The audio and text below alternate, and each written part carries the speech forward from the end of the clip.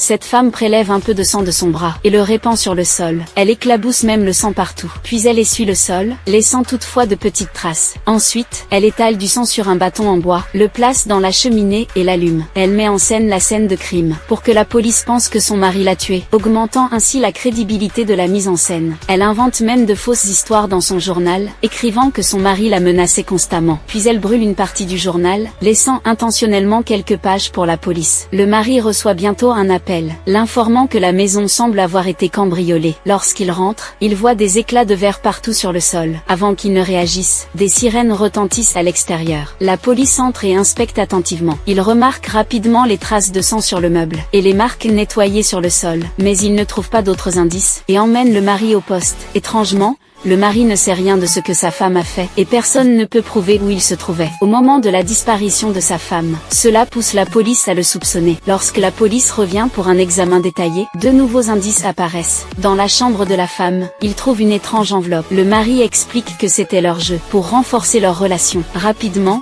il résout l'énigme, se rend dans son bureau, et découvre que sa femme y avait laissé des indices. Cette fois, les indices pointent vers une petite maison brune. La police demande au mari de les y conduire, mais il affirme ne pas savoir où elle se trouve. De l'autre côté, après s'être enfuie, la femme se cache dans les toilettes, se déguise, change son apparence, veut faire croire qu'elle est vraiment morte, puis met en œuvre sa vengeance contre son mari.